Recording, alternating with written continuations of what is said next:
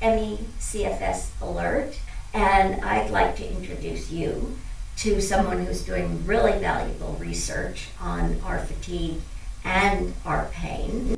This is Jared Younger, who's a up-and-coming scientist at Stanford. He's done 2 postdocs now, and he segued over from psychology gradually towards the more physical aspects of human experience. Now, can you tell us what was the day you ran into fibromyalgia first and started on that? Right. So what was the day you took up chronic fatigue syndrome, or myalgic encephalomyelitis as we prefer to call it? I started off doing research in fibromyalgia, and that's a widespread pain condition. Probably 6 million people in the United States have. And I was really caught by that because it was a chronic pain condition that was very mysterious. They hurt all over, it was very debilitating, but no one knew what was going on. So they had this problem of having this debilitating pain and fatigue, and then no one would take it seriously. So they had this double problem to deal with.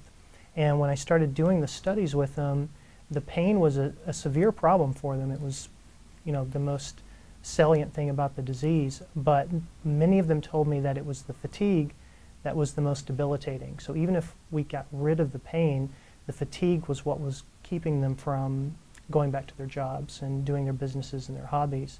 So it became very clear that if we're going to help these individuals, we can't just get rid of the pain, we have to get rid of the fatigue as well, and that got me interested in CFS and fatigue in a larger sense, the pathological type of fatigue.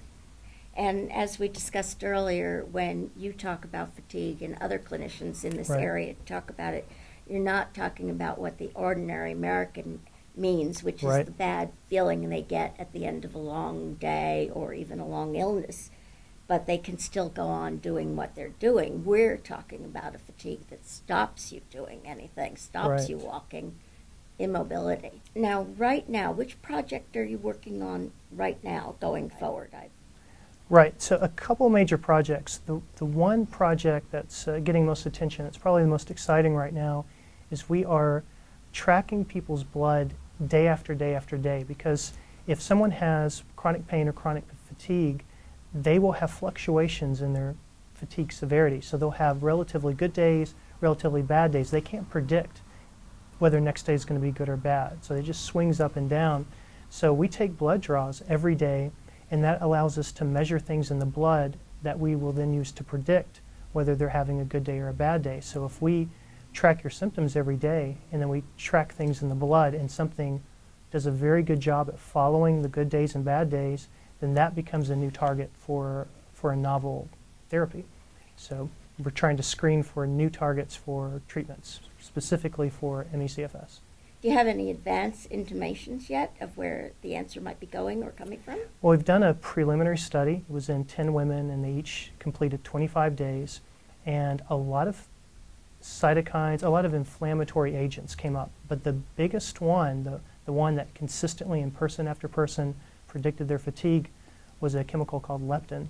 And leptin is a fascinating one because it's produced by our fat tissue, our adipose tissue. And we used to think it was just to control appetite, but now we know it's inflammatory. So it crosses into the brain, and it sensitizes cells called microglia, and these are immune system cells in our brain. So it looks like that for some reason when the leptin levels are high, it sensitizes and activates these microglia, and then those cells produce all these pro-inflammatory factors in our brain, and that's what causes the pain and fatigue. When you mentioned leptin at Stanford the first time you spoke to pretty much the same group, I was just astonished, and I thought of the irony, because what happens when you get this disease, a lot of people put on a lot of weight. So in a way, they're making them, this disease being ME, I'm not talking about fibromyalgia, but it does stop a lot of physical movement, so people do put on weight. So in a way, it's a vicious circle or a downward spiral, isn't it? Possibly. Yeah, right. We don't know that yet, but it's... Yeah, clearly, the ways to reduce leptin are to reduce caloric intake, to exercise, to avoid stress eating, and those things become almost impossible with the disease. So I agree that it can be a vicious cycle. Yeah, that's fascinating. Yeah. Is there any drug that can stop leptin out now, or? Yeah, so there are, I think, 2 companies looking at anti-leptin agents for completely different purposes. This is for people who need to gain weight. So they're trying that. Now, they're not available for human use. They're not FDA approved yet. So that would be one potential therapeutic technique, is to actually block the leptin or to soak up the leptin.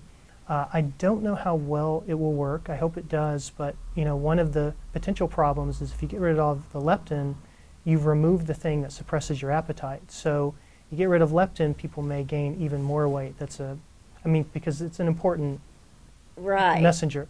So we have to be careful. We'll have to keep a close eye on that potential side effect. Well, that's a wonderful discovery, and I'm sure that when it gets all finished, you'll be making news in a lot of newspapers, because health reporters love to write about anything that has to do with fat. Yeah, that's true. America is preoccupied with fat.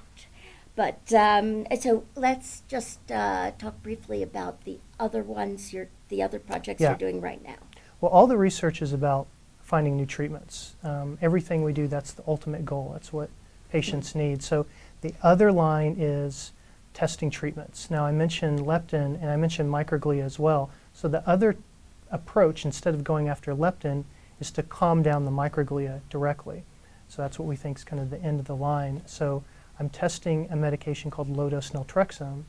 And naltrexone is an interesting drug. It's been used for over 40 years for heroin addicts because it blocks opioid receptors. But it also gets into the brain and it calms down microglia. Now, we can't give it at a full dose because we don't want to block people's opioid system. So we give it at a very low dose, so it doesn't affect the opioid system, but it still suppresses the microglia. And when we give those to individuals, their symptoms improve quite drastically. And we think that that drug is calming down the microglia and getting the immune system back to its normal state. And it's reducing the feeling of exhaustion. It's making people feel more energetic, as well as less pain? Yes, well, we've targeted more in fibromyalgia, so we need to test it next, specifically in ME/CFS. But for fibromyalgia, it does help the pain. It does give them more energy. It does allow them to become more active. It reduces feelings of stress and negative moods as well. So it seems to be helping almost all the features of the disease. So we hope it works just as well in chronic fatigue syndrome, ME/CFS. Well, you might be interested to know, on the various chat rooms and so forth of patients, there are patients and there are practitioners who use low-dose naltrexone on a kind of ad hoc experimental basis, because it's a legal drug. You can provide it for off-record uses. And what is the third project? Did you have a third? So we have a number of secondary projects. I do a lot of neuroimaging, and so if we think all this is happening inside the brain, we want to have some way to prove that there's something abnormal going on in the brain, and that's very hard to do non-invasively, without going in and getting the cells, which we can't do if you want to keep someone alive. So we're trying to come up with very clever techniques to see this inflammation in the brain. So what we're trying to do right now is measure the temperature of the brain. So just like if your body is sick, your body temperature will go up. We think if you have low-level inflammation in your brain temperature should go up.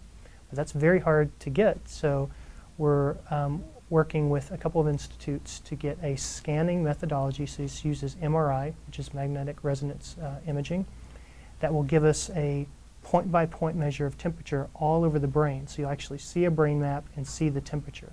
And then we can look to see if there are hot spots, which would indicate inflammation. And once we have that, we may be able to have just like you take someone's temperature to know if they have a fever, we can do that for the brain. And that may open up a lot of possibilities for diagnosing ME/CFS. Well, now, I always like to take an unfair advantage of researchers I'm interviewing and discuss my personal problems. Now, I've had headache for 20-odd years, and I think it's my microglia that are doing it. I think I have overexcited microglia, and that's why I have it. Because it doesn't react to migraine drugs at all. Right. And I just wonder, what do you think I should do? That's an interesting one. Headaches are one area, despite the fact that I do pain research. It's interesting in the field that headaches really seem to be taken on by a completely different group of researchers, and they're usually out of neurology. And so it's funny how headaches have been separated out from the rest of pain. So I don't have any great recommendations specifically for headache. I mean, if we're suspecting that channel, then the things to try would be the antagonists of the microglia.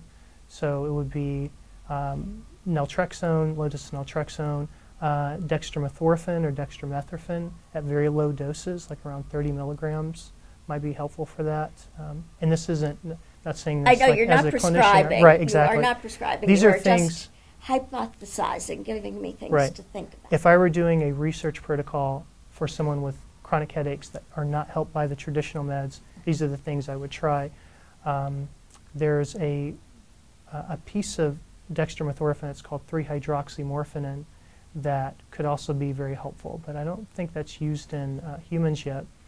And then also there's a lot of old Chinese medicines, and they're from botanicals, that now we're testing them in the lab, and we see that several of them work extremely well at suppressing the microglia. And so there are things like stinging nettle, curcumin, several things that look great in the lab, and any one of those could be a very effective treatment. There's probably 30 for us to test. So we just need to start getting these through the lab and finding out if any of these are a breakthrough. I think I should try getting more serious about taking curcumin, because that's so much recommended. Yeah. And by the time I talk to you perhaps next year, you'll have it all figured out for me. Okay, I'll go as fast as I can. And submitted for FDA and all that. Right. But thank you so much for coming by and of talking course. to us. And I so enjoyed hearing about your work earlier. It's been great. Keep it up. Happy to do it. Thank you. Okay, thank you. All right.